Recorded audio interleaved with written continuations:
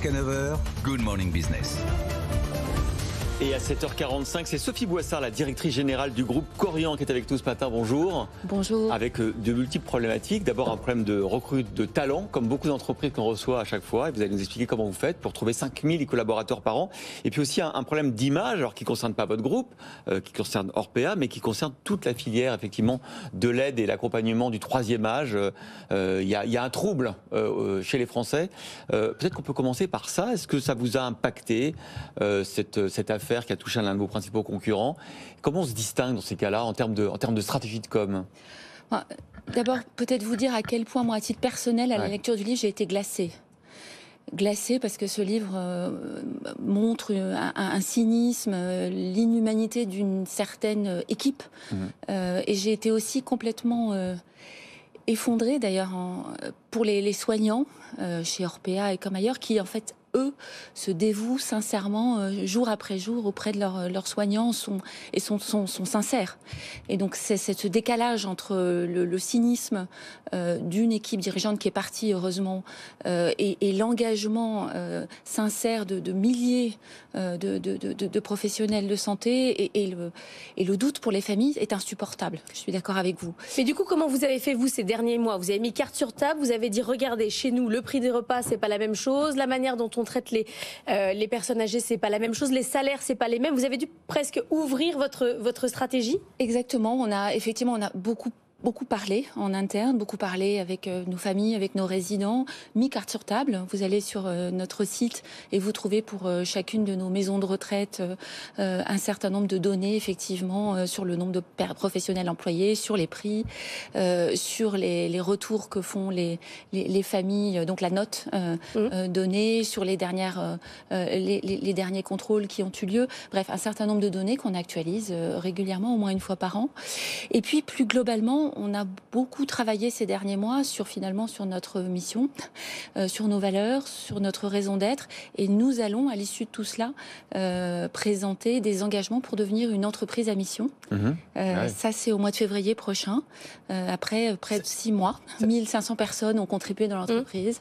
Et ce sera présenté à l'Assemblée Générale des Actionnaires en juin. C'est intéressant parce que c'est vraiment un thème d'actualité. Et qu'est-ce que ça va changer dans votre organisation, dans vos... Il y a des contraintes. Oui, les contraintes, ce changement de statut. Écoutez, une entreprise à mission, c'est d'abord une entreprise qui est très claire sur sa raison d'être, c'est-à-dire ce qu'elle apporte à son écosystème, à la société en général. Et chez nous, c'est évidemment central.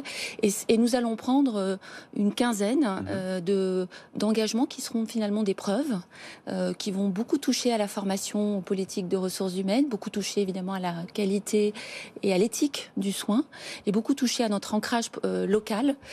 Et ces points de preuve seront audités et accompagnés par un comité de mission externe, gouvernance, qui va être placé à côté du conseil d'administration, comité indépendant, pour s'assurer que nous faisons ce que nous disons et qui aura contact et des retours directs des conseils de familles, de parties prenantes qui sont dans les maisons et qui sont aussi dans chacun de nos pays. Korian, c'est 7 pays en Europe. Pour vous, c'est essentiel pour réussir à attirer 5000 talents. C'est énorme. Vous en avez déjà recruté 5000 l'an prochain. C'est comme ça que ça va marcher, pour les attirer? Alors, on les attire déjà. On a beaucoup investi depuis 2018 sur des formations diplômantes. En fait, tout le secteur aujourd'hui cherche des talents, cherche des bras. C'est pas fini. Parce que les besoins devant nous sont démographiques, sont épidémiologiques. Qu'est-ce qu'on a fait? On s'est en fait organisé pour avoir nos propres formations diplômantes.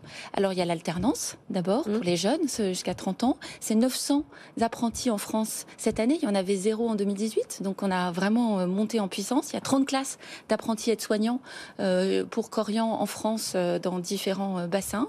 Et puis, ce sont des partenariats avec des écoles, des universités pour tous les diplômes universitaires qui mènent infirmiers de pratique avancée, ergothérapeutes, des masters en management des établissements de santé. Et ça fonctionne. C'est 3000 3000 collaborateurs aujourd'hui, 3000 collaborateurs dans une formation diplômante. On va être capable de pourvoir 50% de nos recrutements par nos propres filières de formation. Alors il y a une autre branche de Korian qui marche extrêmement bien, ça s'appelle Petit-Fils, c'est évidemment de l'assistance à domicile, de l'accompagnement de personnes âgées qui deviennent dépendantes. Vous allez ouvrir votre 250e agence. Combien de personnes âgées aujourd'hui sont accompagnées par Petit-Fils ?